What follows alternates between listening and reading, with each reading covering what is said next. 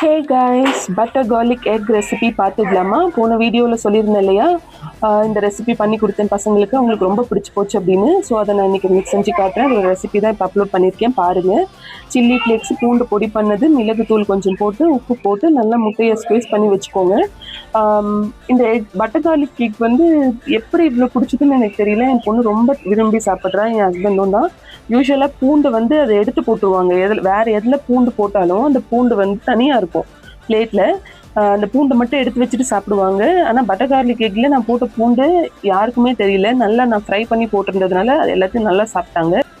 Butter garlic கேக்குக்கு sauce பண்ணிடலாமா? ஒன்றும் இல்லை, ஒரு பேனில் வந்துட்டு கொஞ்சம் ஆயில், நிறைய பட்டர், ஒரு 4-5 கியூப் பட்டர் போட்டுக்கோங்க. மிளகுத்தூள், உப்பு, கொஞ்சம் கார்ன்ஃப்ளவர் ஒரு 1.5 ஸ்பூன் போட்டுட்டு ஒரு அரை கப் பால் ஊற்றி நல்லா இந்த டெக்ஸ்சருக்கு வந்ததுக்கப்புறம் எக்கு போட்டு நல்லா மிக்ஸ் பண்ணிடுங்க. அவ்வளோதான், பட்டர் garlic எக் ரெடி. ஒரு 5 மினிட்ஸ் விடுங்க போதும்.